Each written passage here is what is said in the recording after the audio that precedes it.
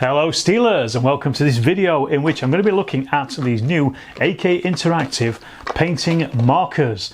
Now Jesus over at AK Interactive reached out to me recently and asked if I would be interested in having a look at some of these and reviewing them as well. I'm going to say here and now, they haven't paid me for any of my opinions in this. However, I am quite excited to try these out. All they've done is they've sent 3 packs of them. So this is the only payments I've received for this review. So all the thoughts in here are my own. They've sent out 3 specific ones. I think in the entire range there's 34 different markers. I'm quite excited to find out what these are going to be like, because I've got some of their weathering pencils and I really like them. They're kind of water based pencils that you with various weathering colours on them.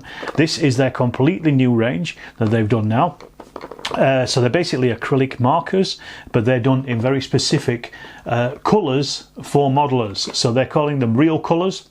So they've sent out three packs for us to have a look at. I've got a chipping one here, and this has got aluminium, dark aluminium, and also chipping colour in it. They've sent the German late war AFV camo colours, which I'm very excited about. And this has got olive grün, olive green, dunkelgelb, dark yellow, and also rotbrun red brown as well in there. And then finally, they've also sent the German tank's interior colours. So this has got ivory, light grey, and also red-brown in it. Now, obviously, as a wargamer, this is probably the least useful of the 3 that they've sent. But I'd also do a lot of scale modelling as well, so this is going to be useful for that at some point in the future, I'm sure. But I want to try these out on wargaming things, so I'm particularly interested in how the AFV camo colours are going to come out, and also the chipping as well. And I want to try these out, try a few different techniques with them. I've not even opened these yet, so I don't even know what the actual pens look like themselves. I'll open them in a second. But first of all, to try those out, I asked Paul over at Sabotage if he got any late war German armour.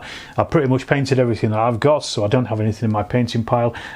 He sent me a list of stuff, and I asked him if he could print me out some Panzerjäger Panzerjäger 4 L70s. So they arrived just today, so that's why I'm making the video now. So these are ready to go. I'm going to prime these. What I'm going to do is I'm going to show you the stages of actually using the pens. So it's going to be a little bit of a painting video. I'm going to do a field test on them right now. So what I'm going to do is I will prime these.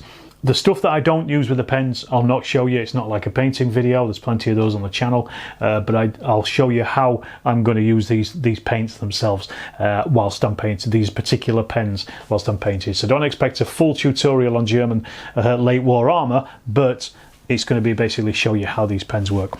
Right, as I said, I've not opened them yet, so let's have a little quick look, see what we've got in here. They come in 3s for these sets at least. There are bigger sets, I know that, with different, I don't know if it's got the entire range in or if they have different versions of the sets, but there you go. There's the 3 pens, so literally they are pens.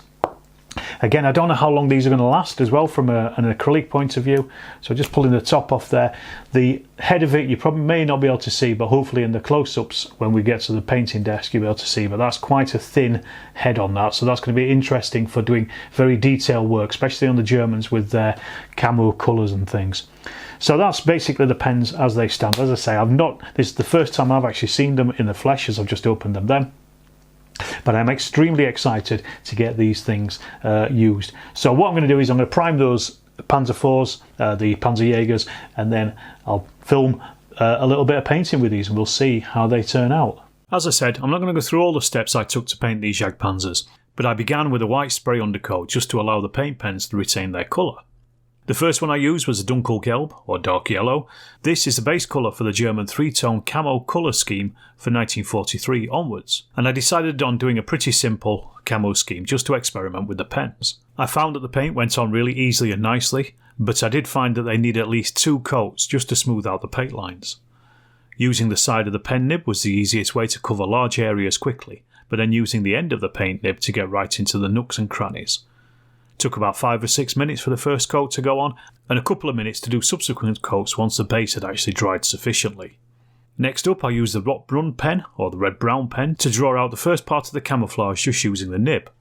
This was a pretty simple job of drawing the lines where I wanted them to go, and then expanding the paint areas around the lines to give the camo some volume. This was another simple and easy step, and it was completed in minutes. And then once I'd let the red brown dry and also applied a second coat, I finished off the camouflage with the olive grun or olive green, and I did exactly the same with the brown. That is, drawing lines where I wanted the camo pattern to go and then just filling in around those lines. I then applied decals and a filter wash before working on the tracks and the exhaust, and for these I painted them in black as I normally do. I didn't have a black pen, but if I did I would have used it here for this. But I did use the dark aluminium pen to go roughly over the details on the tracks, leaving some of that black showing through. This is something I'd normally do with a brush, but this was just as easy and quick anyway. I finished off the tracks and the exhaust with a rust wash, but I also went back to the camouflage and I used the 3 pens to recolour the middle areas of each camo colour just to add a very basic modulation effect and also to break up that filter wash, especially on the flat surfaces.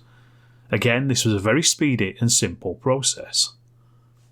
I did a very basic weathering and I spray varnished the tanks and put them on bases, and they were then ready for action. I'm really impressed by these pens, and not only for the great colours that they offer, but also for the speed and the ease of which they worked. I'm not sure how well they work with figures, but certainly for painted tanks quickly for wargaming, they're hard to beat in my opinion. There's no mess, there's no need for clean up after the painting session, and I'm certainly a convert, and I'll be using them on other tanks that I paint in the future. It's also going to be interesting to see what colours they produce beyond the initial range, and also just what lies ahead from the AK Interactive pen range. So thanks for watching the video, I hope you've enjoyed it, and if so, please hit that subscribe button, check out the channel memberships and also my Patreon for early access ad-free videos. And I'll see you in the next Storm of Steel video.